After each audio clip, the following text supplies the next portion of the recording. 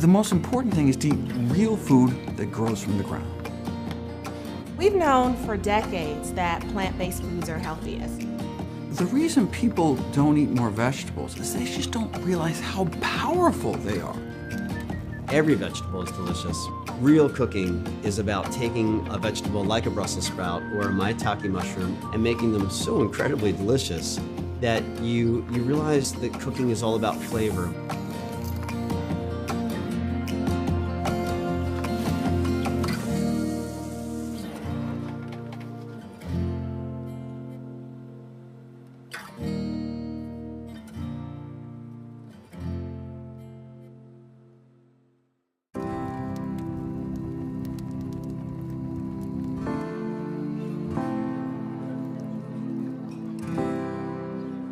Food is an intrinsic part of human existence.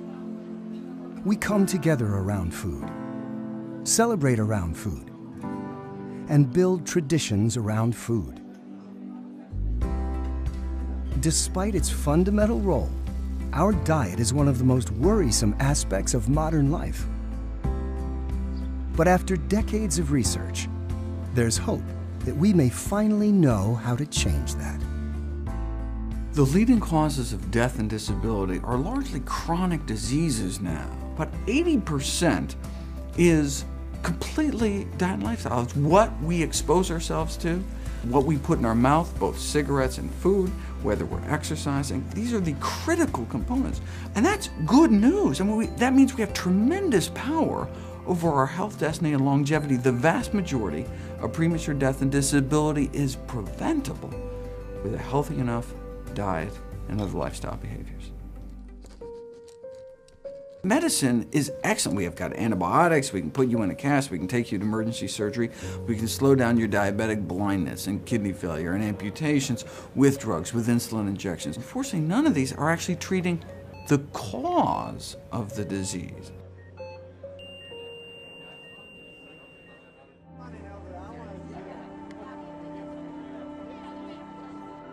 Today, mounting evidence points to a plant-based diet, meaning food that grows from the ground, as the best way to prevent, treat, and reverse chronic illnesses. Dr. Michael Greger is an author and world-renowned public health expert who's been highlighting the life-changing power of plants. He and his team review thousands of medical studies each year and distill them into practical advice for his website, nutritionfacts.org. One of the most comprehensive studies on health and eating habits was the 2005 China study by Dr. T. Colin Campbell, a landmark report that found significantly lower rates of chronic illness throughout rural China, where people largely survived on plant-based diets. There are populations around the world that don't suffer from our epidemics of heart disease and type 2 diabetes and obesity. So if you take someone living in Japan, for example, which has the longest life expectancy, and they move to the US and start eating and living like the US, they get US diseases. And similarly, if someone moves to Japan from the United States, and start eating and living like the Japanese, their rates of these chronic diseases plummets, because these are lifestyle diseases.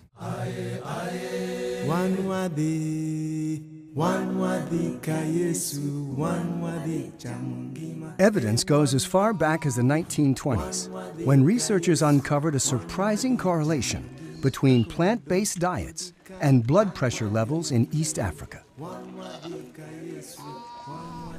They took the blood pressures of 1,000 people living in rural Kenya. They ate a plant-based diet centered around fruits, vegetables, beans, whole grains, wild greens, and their blood pressures actually go down as they get older, whereas our blood pressures in the Western world go up.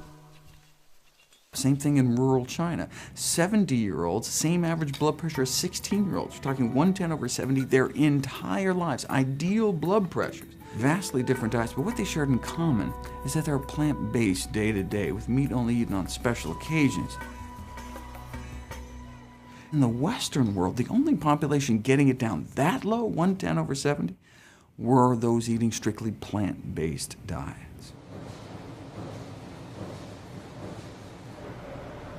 A reevaluation of the modern diet is underway. Health experts, food advocates, restaurateurs, and the average consumer are taking a closer look at what we put in our bodies. Yet, even with increasing scientific information available, our dependence on highly processed foods and animal products is a hard habit to break. The only reason that people are not eating more plant-based foods is that the food industry has done a fantastic job with marketing and advertising. 70% of the food industry marketing is for processed foods, refined foods, and junk foods. Those are the foods that Americans eat the most. The food industry is the largest industry in the country. Food is very intimate, food is very emotional, food is very personal, food is very social.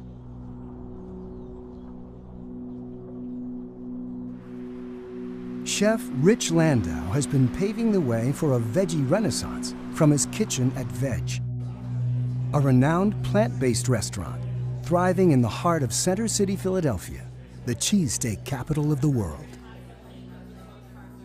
Give people great food, and they'll never look at what's not on the plate. We're wired to think that we need meat to enjoy our meal. That's really just not the case. It's about the flavor. It's about what chefs and cooks do to meat that makes it taste so good, not about the meat itself. They are loaded with flavor and nutrition. Real cooking is about taking a vegetable like a Brussels sprout or a maitake mushroom or a carrot and making them so incredibly delicious that you realize that cooking is all about flavor. It's all about the preparation. How do you put a carrot in the center of the plate and convince people that this is worthy of being the focus of the plate? The carrot itself is absolutely delicious when cooked properly, and the texture of it is just hitting it home because it's so beautifully and perfectly cooked. So now you've convinced people that are used to seeing carrots only as pureed in a soup or raw in a salad that this is worthy of like knife and fork food. Statistics show that most people rarely consume the minimum amount of recommended fruits and vegetables each day. And their continued reliance on processed foods has many experts pushing for a complete rethink of the nutritional advice we've been given for the last half-century. The reason people don't eat more vegetables is they just don't realize how powerful they are. I mean, we have this kind of resonating eat your greens, but what's the science behind it?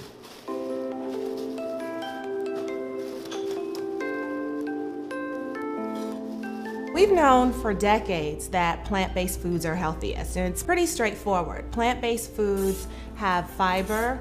Animal-based foods do not. Fiber is essential for preventing chronic disease and promoting health. And most plant-based foods are high in vitamins and minerals, antioxidants, phytonutrients. They're the foods that promote health, that help clear our arteries, help us maintain a normal blood sugar level, help prevent heart disease, help prevent obesity and overweight.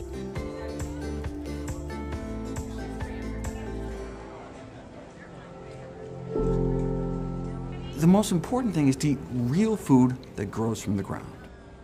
Dark green leafy vegetables are the healthiest vegetables. In fact, the healthiest food, period, with a greater nutrient density than anything else we can put in our mouth, translating to about a 20% drop in stroke and heart attack risk for each daily serving of greens.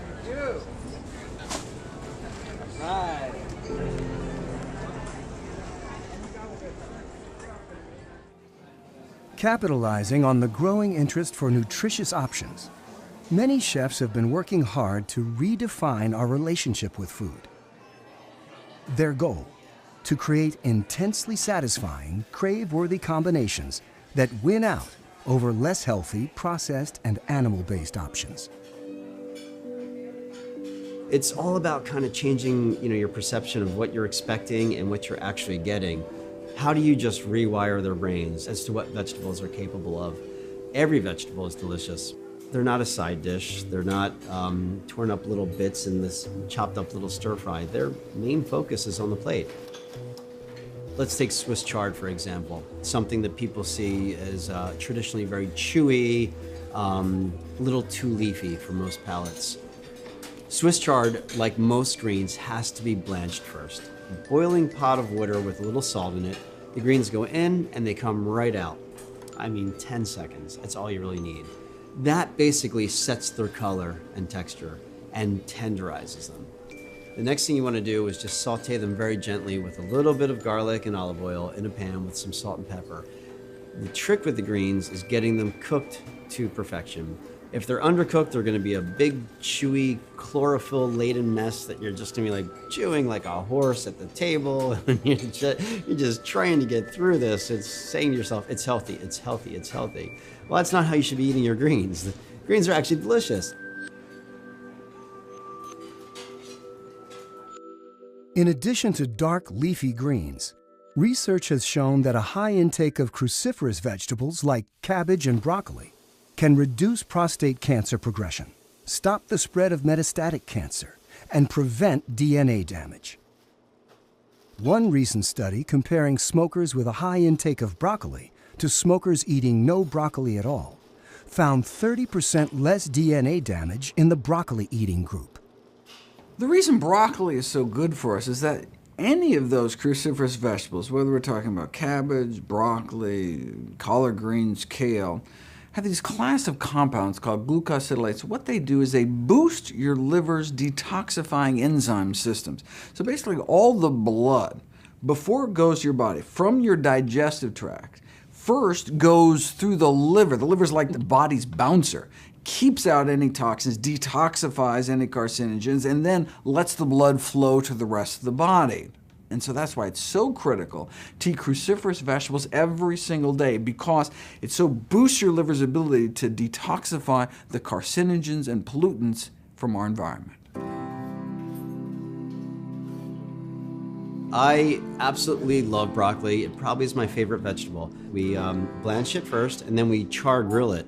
And broccoli takes on this great smoky flavor when you grill it. The florets get charred up, the stem gets these beautiful grill marks on them. And then we float this in a shiitake dashi, which is a Japanese broth, usually made with fish, that we make with shiitake mushrooms and seaweed. And the effect is just so beautiful, very smoky, very rich, and also very, very meaty and satisfying.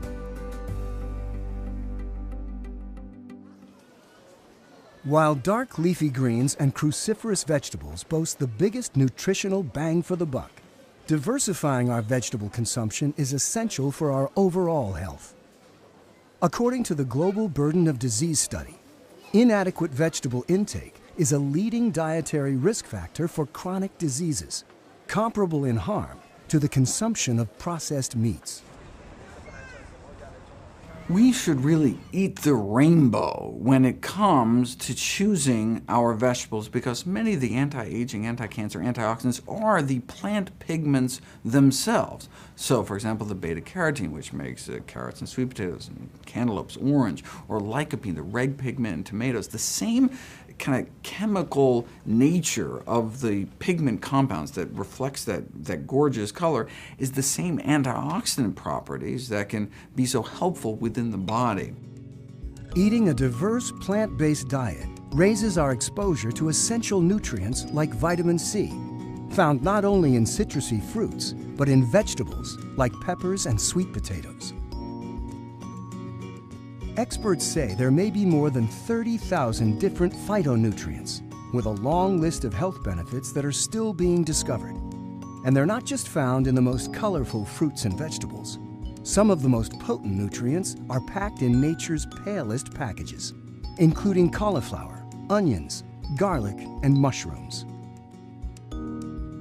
There are over 2,000 varieties of edible mushrooms, and research has shown they are one of the most powerful foods for boosting our immune system, reducing inflammation, and preventing cancer.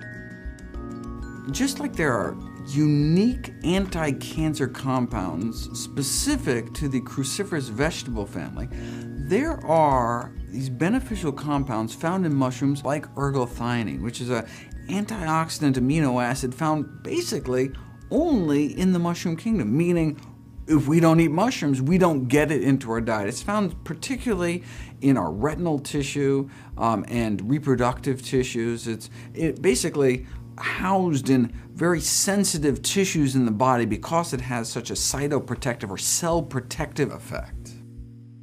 Eating just plain white button mushrooms can so boost our immune function it can significantly decrease our risk of common respiratory infections like the common cold.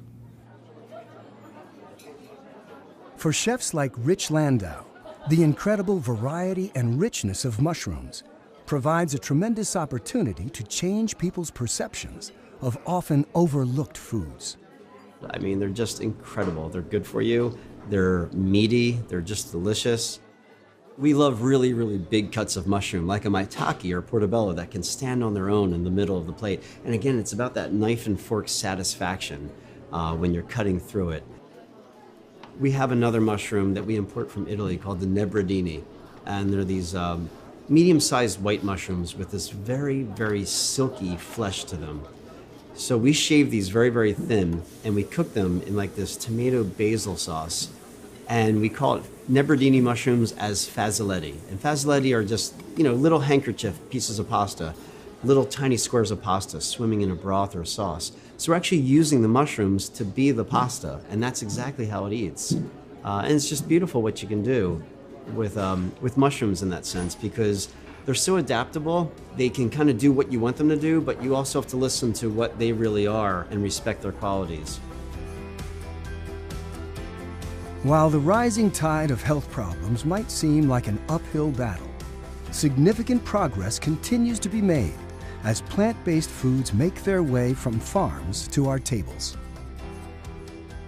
Research, preventive medicine, and awareness all play critical roles when it comes to our health.